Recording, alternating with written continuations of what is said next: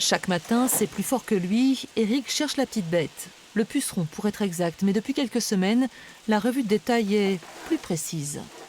Pas de puceron et pas de virus.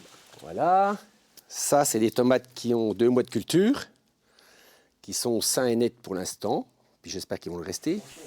30 000 plants à vendre, 25 tonnes de fruits à écouler, la tomate pèse son poids dans le chiffre d'affaires. Pour autant, ce maraîcher reste confiant parce qu'il s'est toujours soucié de la traçabilité de ses graines. Il est d'ailleurs en relation directe avec son fournisseur, aujourd'hui plus que jamais.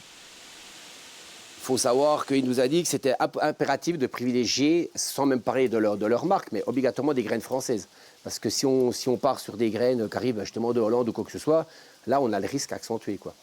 Voilà. Et là, après c'est là qu'il nous a spécifié un petit peu que ça peut venir aussi après, ça peut partir sur le poivron, l'aubergine, qui sont nos grosses cultures aussi. Donc c'est pour ça qu'on a vraiment privilégié, nous, la graine française comme on le fait d'habitude, mais là encore beaucoup plus, quoi, voilà. Apparu en Israël en 2014, le tomatovirus, extrêmement résistant, éminemment volatile, est désormais présent sur tous les continents. Son arrivée en Bretagne fait trembler toute une filière. Professionnels et chercheurs en ont bien conscience, le Made in France rassurant pourrait ne pas être un rempart suffisant. Il faut savoir, c'est que quelles que soient les semences, si elles sont produites dans une zone infectée, eh bien, il y a des risques que ces semences véhiculent le virus.